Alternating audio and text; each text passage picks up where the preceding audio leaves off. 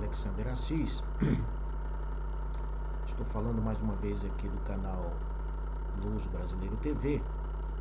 E mais uma vez eu quero fazer aqui uma reflexão a respeito de um assunto que envolveu aí os médias, né, há algum tempo atrás, sobre um comentário que o primeiro-ministro português fez no parlamento, né? Inclusive, eu estou aqui mostrando um artigo de um colunista, de um articulista chamado João Carlos Espada, né? E ele começa o artigo fazendo uma pergunta, né? Antônio Costa cita Marx para definir sociedade decente. Ele fica aqui meio que sem entender, meio que sem saber como interpretar essa coisa aí, né? A pergunta a ser feita é: será que Portugal é uma sociedade comunista, socialista ou não, né? Aí ele continua dizendo aqui o seguinte: não quero crer que o primeiro-ministro tenha querido dizer no parlamento aquilo que a frase de Marx, que reproduziu quase literalmente, realmente quer dizer. Mas ele continua ainda incrédulo, não quer acreditar naquilo que ele ouviu, naquilo que os seus ouvidos ouviram, não é isso? Então ele continua: na semana passada Portugal experimentou um invulgar e muito saudável sobressalto contra as inacreditáveis declarações autoritárias de Mariana Mortágua contra a liberdade e a propriedade privada. Declarações particularmente graves por terem sido proferidas numa iniciativa do Partido Socialista. Gente, Partido Socialista e Comunista é a mesma coisa, né? O Lenin dizia, o Stalin dizia também, o socialismo era apenas uma transição para o comunismo, não é isso? É apenas uma fachada para a implementação do comunismo. Entre os inúmeros excelentes artigos que alertaram para a gravidade dessa declaração, não posso deixar de destacar o da historiadora Fátima Bonifácio nesse jornal. Ok, ele continua. Agora vamos diretamente aqui para a polêmica. Mais ainda, esta saudável polêmica estava em curso. Ocorreu uma outra declaração política da maior gravidade. O primeiro-ministro terá definido no parlamento uma sociedade decente, entre aspas, da mesma forma que Karl Marx descreveu a sociedade comunista. É uma sociedade onde cada um contribui para o bem comum de acordo com as suas capacidades e cada um recebe de acordo com as suas necessidades. Foi o que disse o nosso querido primeiro-ministro Antônio Costa. A frase terá sido enfatizada com a expressão: foi esta sociedade que eu aprendi na minha casa a acreditar, entre aspas. É difícil exagerar a gravidade dessas declarações. Não quero crer que o primeiro-ministro tenha querido dizer o que a frase de Marx realmente quer dizer. O homem continua desacreditando, né? Ele continua ainda aqui sem entender o que realmente foi dito, né? Só não entende quem não quer, não é isso? Eu gostaria de continuar aqui mostrando num livro chamado The Naked Communist, do Cleon Skousen. Foi uma das maiores autoridades na questão de comunismo, né? Nos anos 40, 50. Esse livro, inclusive, foi escrito em 1959. Ele aqui, o livro tem 589 páginas, né? Na página 407, 406, 407, 408, ele cita aqui as 45 metas do Partido Comunista Internacional para subverter as sociedades ocidentais. São as 45 metas, né, que eles colocaram em prática, né, a partir da Segunda Guerra Mundial, né, com a Guerra Fria, chamada Guerra Fria e tal. Na realidade, isso aí foi uma expansão, né, uma forma expansionista, né, dos soviéticos, né, da União Soviética, em conquistar muitas nações e de fazer o globalismo, de realizar o globalismo comunista, é isso? Então, na meta 43, está escrito em inglês ali, mas a gente pode fazer a tradução, diz o seguinte: derrubar todos os governos coloniais antes que as populações estejam prontas para se autogovernar. Então, um dos objetivos do comunismo naquela altura era fazer com que os países ditos imperialistas como Portugal, como França e outros mais, parassem, fossem detidos, né, por uma independência desses estados onde onde esses ditos imperialistas estavam atuando, é isso? Então, a intenção do comunismo era tirar este imperialismo das mãos dos seus inimigos, dos países inimigos, que eles consideravam inimigos, consideram até hoje, e fazer o imperialismo comunista, né? Era trocar 6 por meia dúzia, não é isso? Então tudo isso que falam por aí, que o colonialismo era ruim, que foi isso, que foi assado, tudo é conversa fiada, tudo é mentira, é um plano soviético, é um plano comunista para a dominação mundial, não é isso aí? Então estava dentro dos planos deles acabar com essa questão colonial e fazer com que entrasse no governo desses países movimentos também socialistas comunistas, como foi o caso de Moçambique, no caso português, e no caso da Angola, que nós iremos ver mais adiante, em alguns documentos também. Indo aqui adiante, voltando aqui, eu gostaria de falar um pouquinho sobre a Constituição Portuguesa. Essa Constituição aqui, deixa eu mostrar aqui a vocês, ela é a Constituição da República Portuguesa, desculpa lá, Constituição da República Portuguesa, 7ª revisão 2005, não é isso? Então nós vamos aqui para o preâmbulo. Só que é o seguinte, pessoal, ao analisar esses documentos, eu me deparei o seguinte, que eu tenho aqui uma Constituição, só que a minha, eu comprei, é de 1982, foi logo após, né, a instituição dessa Constituição, que foi lançada essa Constituição em livro, né, eu comprei e ela está realmente original. Então eu gostaria de fazer aqui até algumas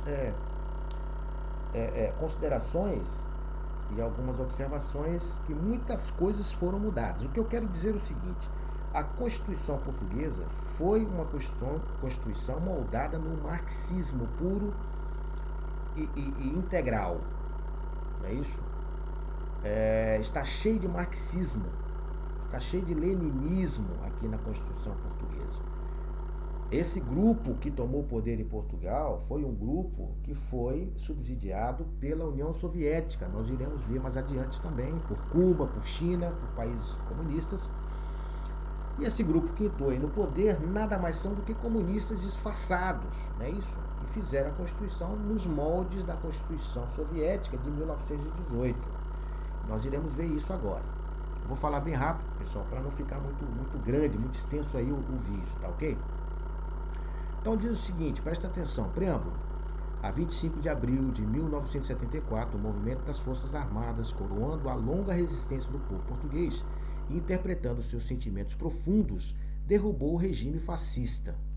Uma coisa dos comunistas é sempre caluniar, é isso? Caluniar as pessoas e fazer assassinatos de reputação das pessoas, né?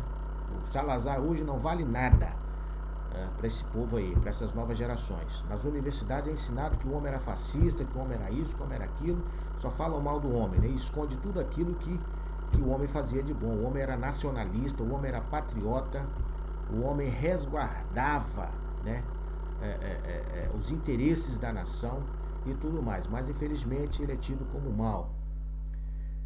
Libertar Portugal da ditadura, né? Mais uma vez uma palavra aí que é usada também pelos comunistas, né? A opressão e do colonialismo. Vimos agora aqui no livro, 1959, que uma das metas deles era libertar as colônias, né? Era também falar mal, né?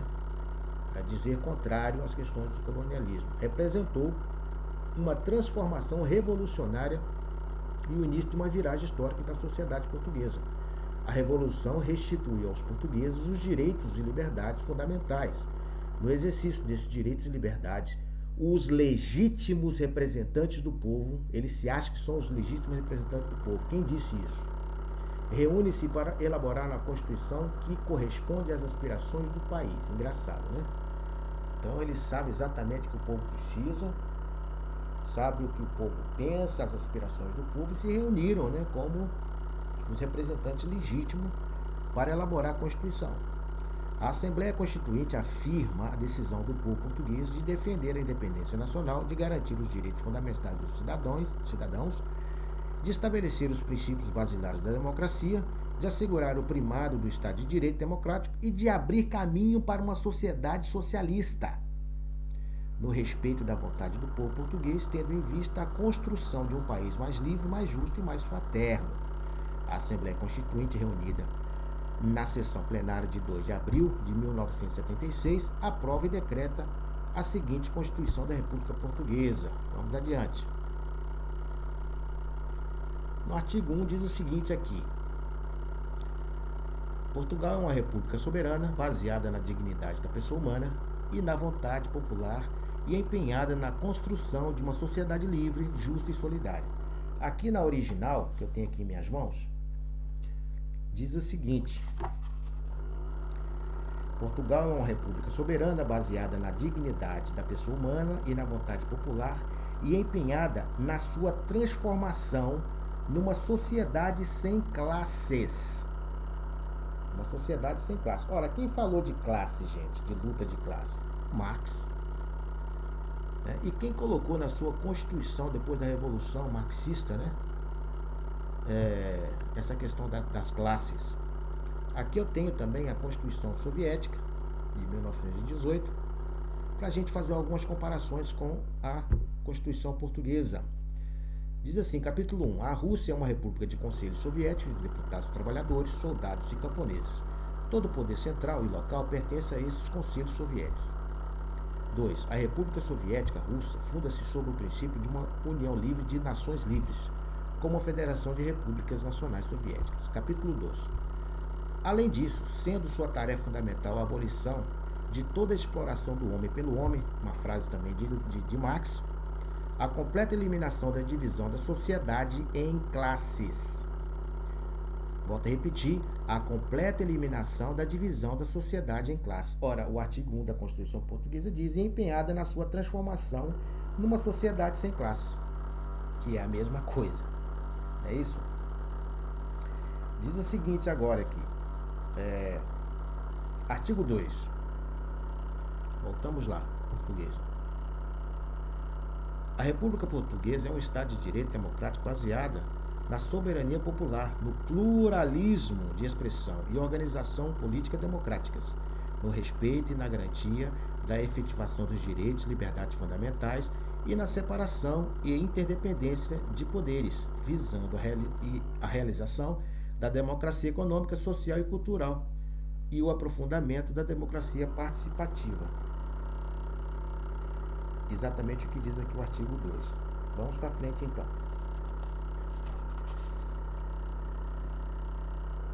Aqui no artigo 3, no tomo 3, né? Do artigo 7. Vamos aqui adiante um bocadinho. Artigo 7. Só um minutinho. Artigo 7. 1, 2.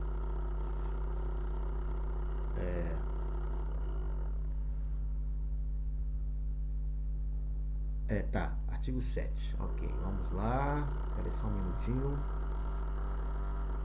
Diz aqui no 2, Portugal preconiza a abolição do imperialismo, do colonialismo e de quaisquer outras formas de agressão, domínio e exploração das relações entre os povos. É isso? Vamos um pouco adiante. Agora eu quero ler o artigo 9. O artigo 9 aqui na original tem apenas 1, 2, 3, 4, 5 tomos. Aqui tem 1, 2, 3, 4, 5, 6, 7, 8. Então eles aqui mudaram muita coisa. Diz aqui na letra D. Aqui tem D também, ok. Promover o bem-estar e a qualidade de vida do povo e a igualdade real entre os portugueses, bem como a efetivação dos direitos econômicos, sociais, culturais e ambientais, mediante a transformação e modernização das estruturas econômicas e sociais. Aqui diz promover o bem-estar, a qualidade de vida do povo, a igualdade real entre os portugueses e a efetivação dos direitos econômicos, sociais e culturais mediante a transformação das estruturas econômicas e sociais, designadamente a socialização dos principais meios de produção e abolir a exploração e a opressão do homem pelo homem. Está exatamente aqui como a Constituição soviética diz assim.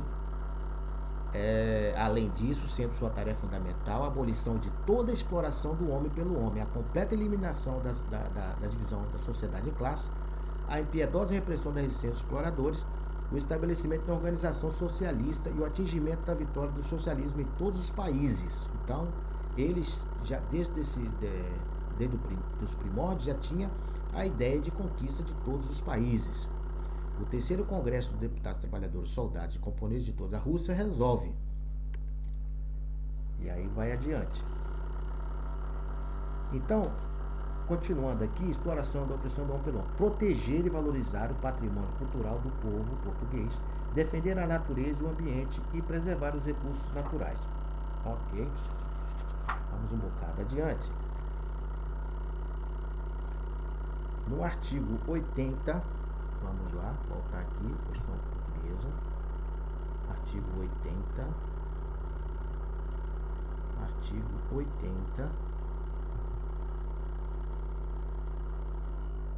parte 2, Organização Econômica, título 1, Princípios Gerais, artigo 80, Princípios Fundamentais.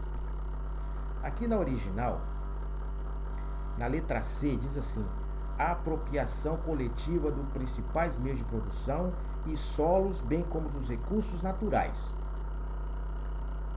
Letra C. Aqui na C diz liberdade de iniciativa e de organização empresarial no âmbito de uma economia mista. Só que aqui na soviética diz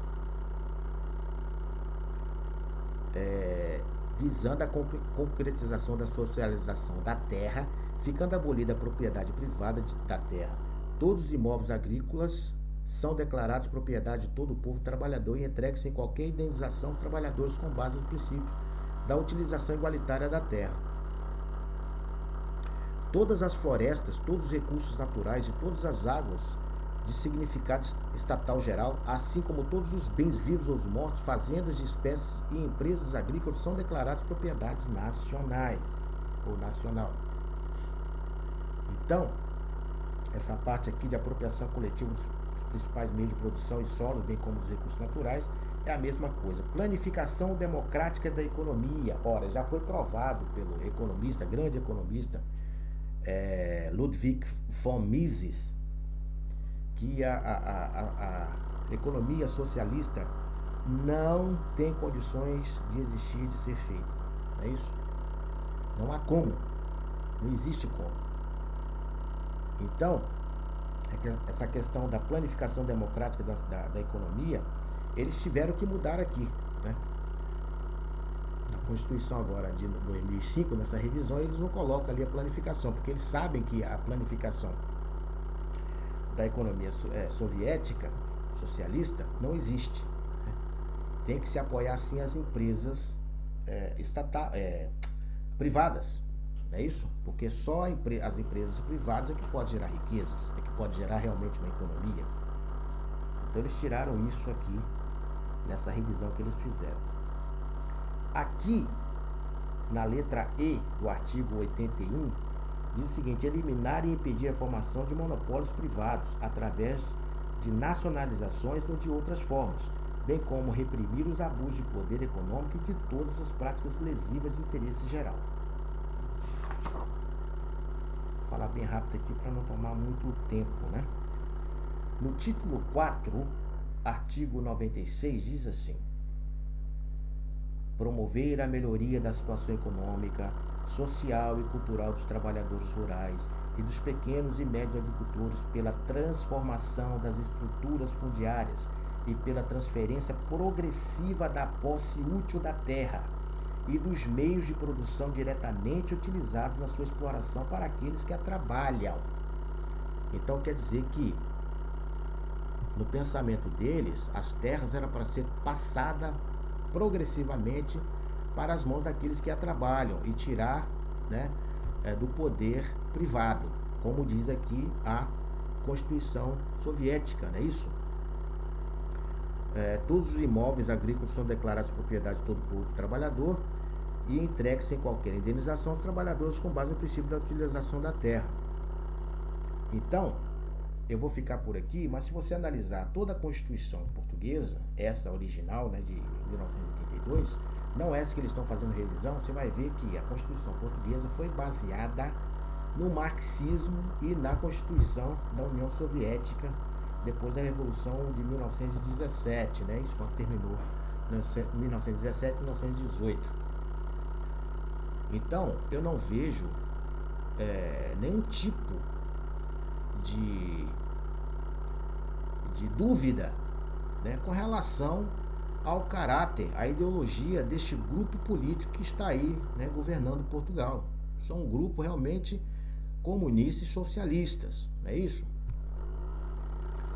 Agora vamos falar um pouco das independências aqui das colônias, né, que eles lutaram para que Portugal perdesse o seu poder colonial, o seu poder imperialista.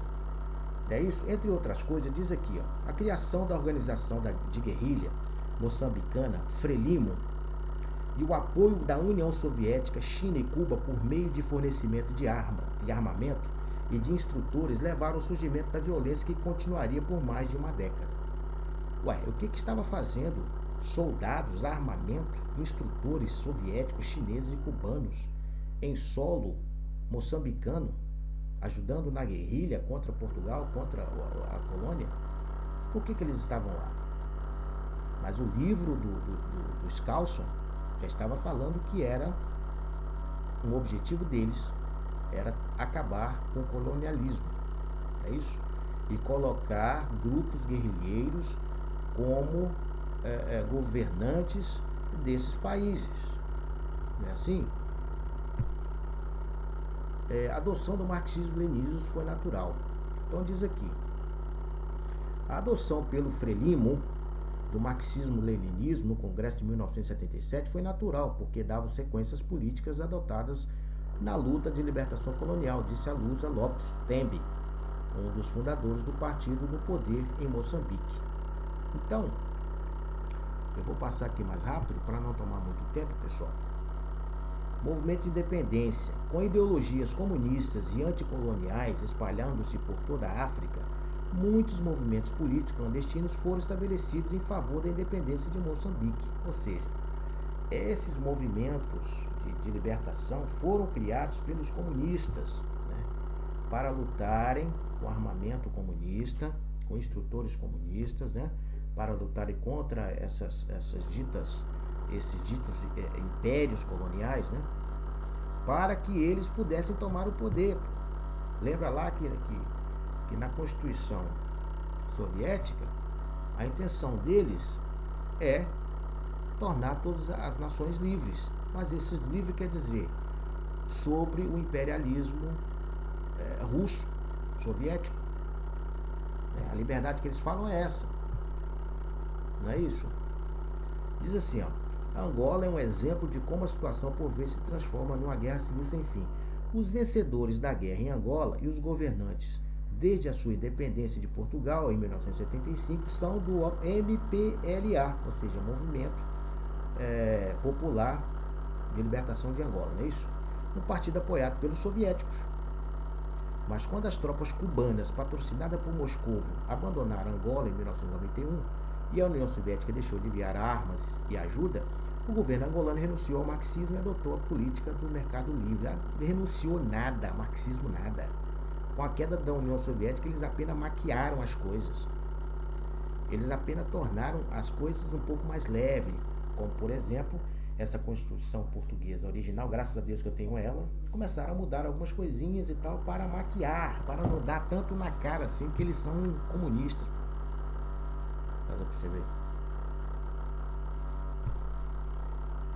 O MPLA, como força dominante de Angola independente. Em 1977, o MPLA sofreu um sério abalo com a nova dissidência, liderado por Nito Alves. Ok. Embaixo, sob o impacto desses acontecimentos, o MPLA adotou durante o seu primeiro congresso, realizado em 77, a designação MPLA-PT, MPLA, Partido do Trabalho, e os seus estatutos passaram a incluir a designação de Partido Marxista-Leninista. Então, nessa altura, né, enquanto a União Soviética estava de pé, era muito bonito, era muito fácil, né, era muito bom fazer esse tipo de coisa. Mas quando este império cai em 91, todo mundo dá uma disfarçada, mas todo mundo continua lá realizando as coisas, né, fomentando o comunismo em todo lado. Quando o Partido dos Trabalhadores entraram no Brasil, fizeram alianças com Moçambique, com Angola, com Portugal, né, com todos os países de ditadura, com Cuba, né. Eles continuaram, o Brasil foi um celeiro, né, para que fosse revitalizado através de dinheiro, de propina, de transações internacionais, esses movimentos que estavam fracos, né, desde então. No livro negro do comunismo, diz qual foi o resultado, né, do comunismo no mundo, né, onde foi adotado o comunismo. 20 milhões de mortos na União Soviética, 65 milhões de mortos na República Popular da China, 1 milhão de mortos no Vietnã, 2 milhões na Coreia do Norte, 2 milhões no Camboja, 1 milhão nos Estados Comunistas do Leste Europeu, 150 mil na América Latina, 1 milhão e 700 mil na África, 1 milhão e meio no Afeganistão, 10 mil mortes resultantes das ações e movimentos nacionais comunistas, partidos comunistas fora do poder. Então é isso, esse é o resultado do comunismo, né? É totalitarismo, né? Concentração de poder e de dinheiro, perseguição aos dissidentes, perseguição aos contrários, que pensam diferente, né? Então, essa é o resultado, né, da implantação do comunismo. E esse rapaz aí que ficou tão, sei lá, sem entender, né? Ficou tão parvo, né? Como se diz em português, com essa afirmação do Costa, é porque ele não sabe nada com profundidade do que realmente se passou. Eu estou dando aqui apenas umas pinceladas para o vídeo não ficar muito grande.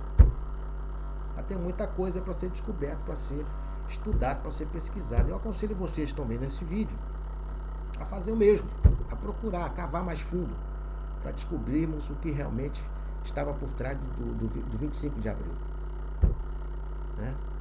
Então, um abraço a vocês, que Deus os abençoe e até o próximo vídeo, se Deus quiser.